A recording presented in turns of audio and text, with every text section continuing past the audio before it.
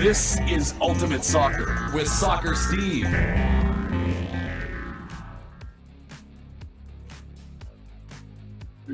Everything is good. La la la la la. Well, welcome back in, guys. Another day done, another day to go. What we're going to go through on this show is 2 days of predictions. Yes, tomorrow and the day after, 8 games. I'm going to give you 8 games of predictions. We're going to go about this in a different route, more fun. We're also going to hit the centre spot again. Got a great story there.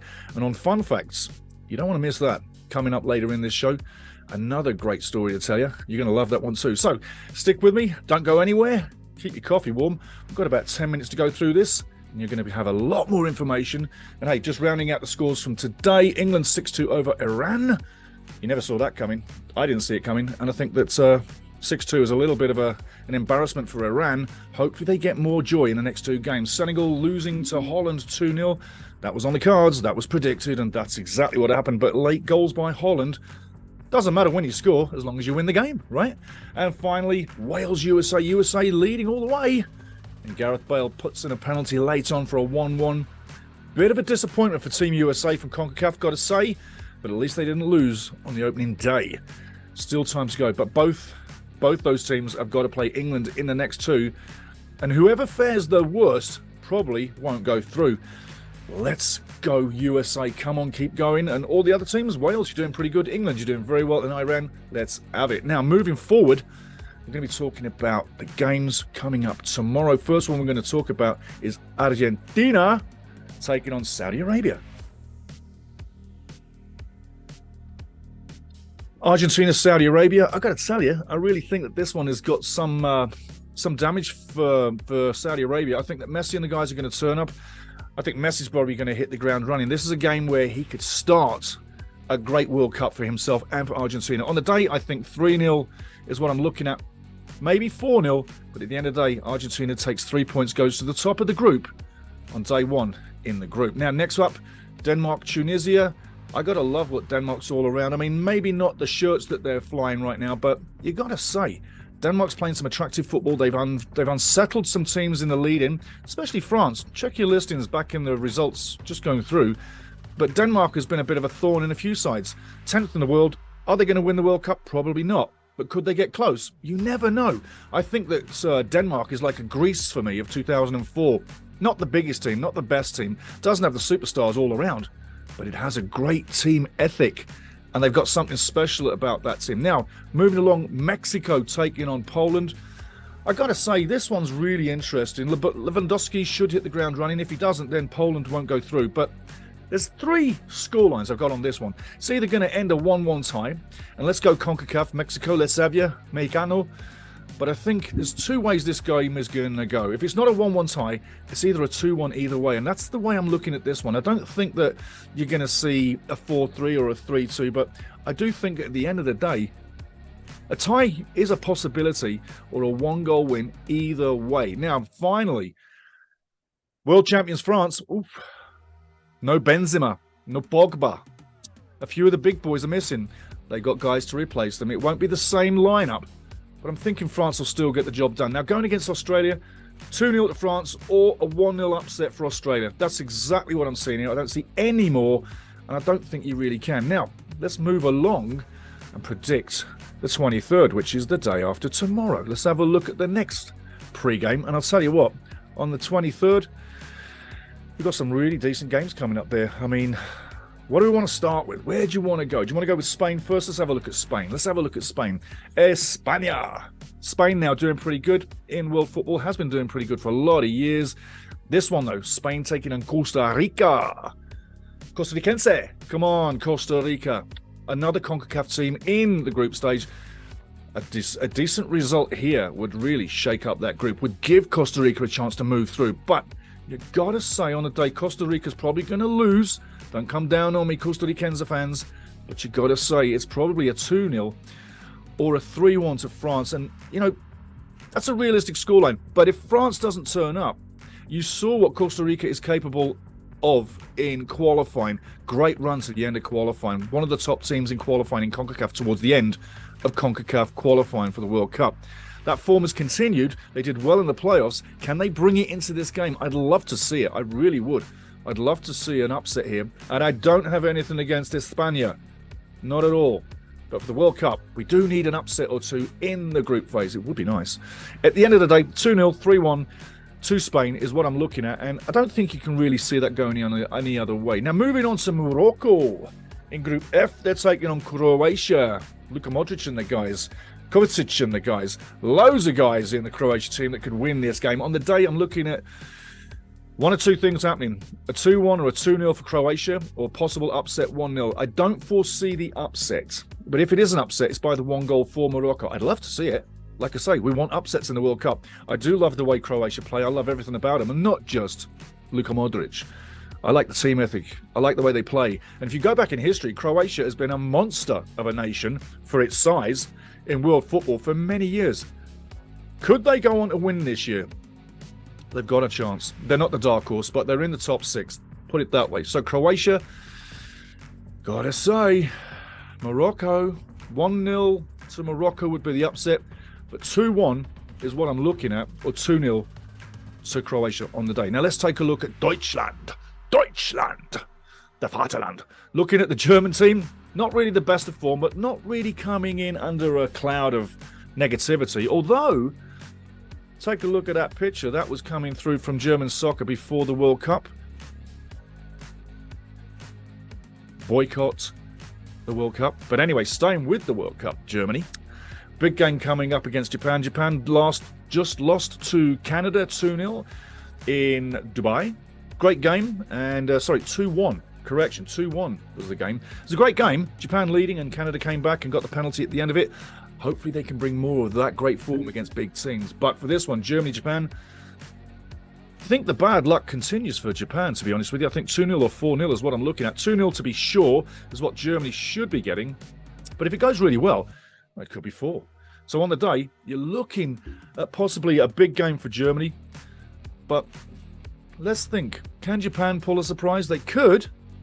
But do they have it in them? I don't know that they do. Hence, I'm looking for Germany for the 3 points and to run out with a decent win on game 1. Finally now, Canada taking on Belgium. You need to come to the post-game show. Sorry, the pre-game show straight after this. Then I'll tell you what's going to happen to Canada. But we're going there under good form, I'll say that. Belgium's coming in under dubious form, I'll say that much too. Now, let's take a look at the centre spot because we got a lot of things to get going on that one. And I'm sure you're going to enjoy this story right now. So there's the predictions, the next 8 games. Comment down below, guys. Like, subscribe, share this around, and tell me who you, out of those 8, see you going through. Out of the first 4 games, I'm 4 for 4. 4 correct predictions. I need another 8 to make me smile. What about you? Are you putting a flutter on? Are you betting on it? If you are, take note of these scores. It might help you. Now, let's get to the centre spot. And let's talk about what's on today's menu.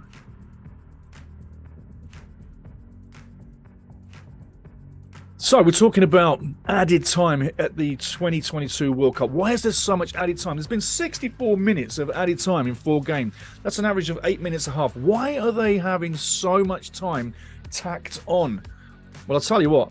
I think the nerds in the factory with all the number crunchers, the bean counters, well, they're going overboard with not allowing people to time waste outside of the game. So they're looking at ways to help the referee to tack time back on. It's a new thing by FIFA for this World Cup. I think it's an absolute disaster.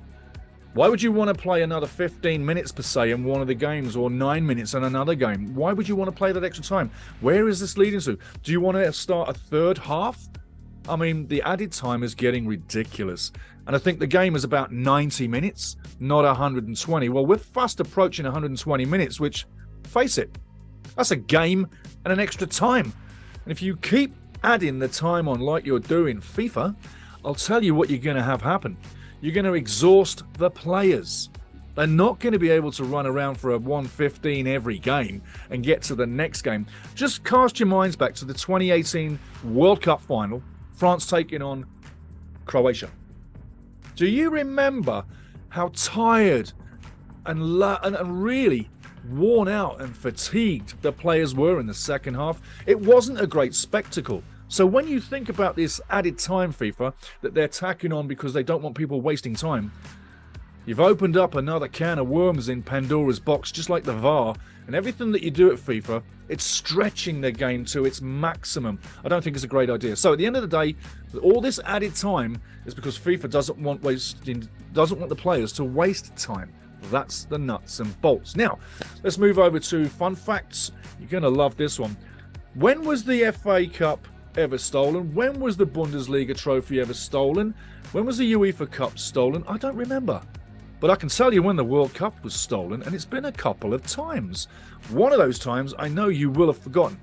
Let's go to the fun facts and check out when the actual World Cup was stolen, because looking on the scene, it's a case of, I see a picture that I'm looking at right now that you're going to get here pretty soon, and the World Cup. When was it stolen? Before we go there, do you know? Let's get into this.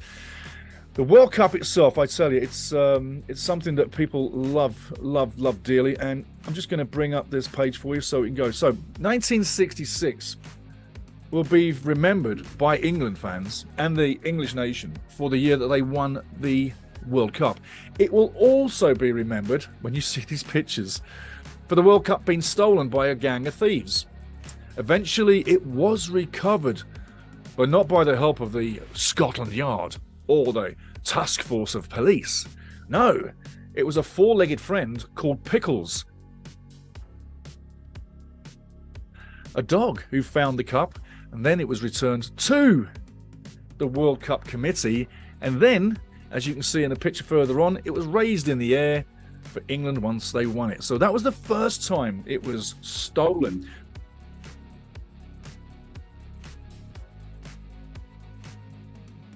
Then, in 1983 in Brazil, because Brazil owned that World Cup, they'd won it 3 times, so there's a World Cup on display permanently in Brazil. But you stick a lot of the oro, a lot of the gold under people's noses, and I'm sure somebody's thinking, I could melt that down and make some money. Well, it was stolen in Brazil in 1983, and it was then recovered again. So the World Cup has actually been stolen twice. That was both World Cups. The old World Cup, which was the Jules Rimet trophy, and now the new World Cup, which you know of today, the big, huge trophy, that's the second one. So they've both been stolen. Bet you didn't know that. Moving out, guys, I tell you what, it's been a great couple of days so far. You got 8 games there predicted. Let me know what you're thinking. And hey, we got a lot of ladies following this Soccer World Cup. Let's give our best to all the girls. And hey, ladies, bring your comments anytime you like. And secondly, like I say, the predictions are in. We're going to bring you predictions all the way through the group stage, just like we've done now. And basically, we're going to help you make some money if you are a bit of a flutterer. Okay, guys, get ready for the games. Get ready for more football. Get ready for more goals. Get ready for more time wasting. Get ready for more drama. Get ready for another game of soccer at the World Cup. And remember, Belgium and Canada is coming up in 2 days. Get the post-game too. Get that post-game. You'll love it. There's a lot of work gone into that. And once again, big up to you. Keep watching, keep enjoying, and keep liking, subscribe and like, and share it to all your mates. We need 1,000 subscribers for the World Cup final. I really dearly want to commentate that World Cup final, guys. Help me get there. Please, really help me get there. Push it to everybody you know. Okay, guys, next one coming. Cheers.